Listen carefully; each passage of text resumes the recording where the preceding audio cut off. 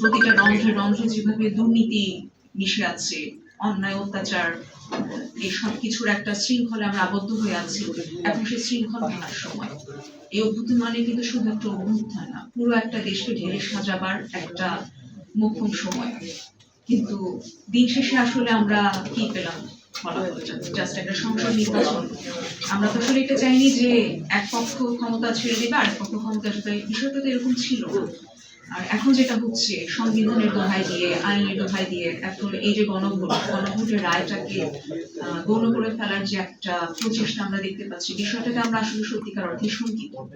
এমনকি আমার মতো অসংখ্য জুলাই যোদ্ধা আছে, তারাও শঙ্কিত যে সত্যিকার অর্থে যদি এই সংস্কারটা না হয়, সত্যিকার অর্থে যদি এই গণভোটের রায়টা বাস্তবায়িত না হয়, তাহলে আমাদের উপর দিয়ে অনেক রকমের খড়গহস্ত নামতে পারে, যেটা বিগত 17 বছরে অনেকেই সাফার করেছে, সেটা আমরাও করতে পারি।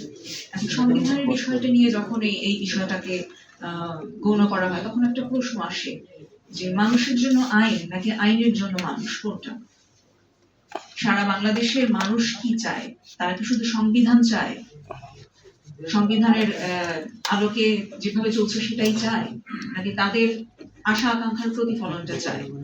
তো এই সংসদ নির্বাচনের পরে আমরা যেটা দেখতে পেয়েছি, আমাদের সংখ্যাগরিষ্ঠ দল তাদের কেউই দ্বিতীয় শপথে অংশ নেন নাই। এমনকি কোনো অ্যাক্টিভিস্টদের বয়ান আমরা এটাও জানতে পারছি যে যারা এই শপথে অংশ নিয়েছেন তাদের নাকি অলরেডি সংসদ সদস্য পদ বাতিল হয়ে গেছে। এরকম একটা মানে ধোঁয়া তোলা তৈরি হচ্ছে, চেষ্টা করা হচ্ছে।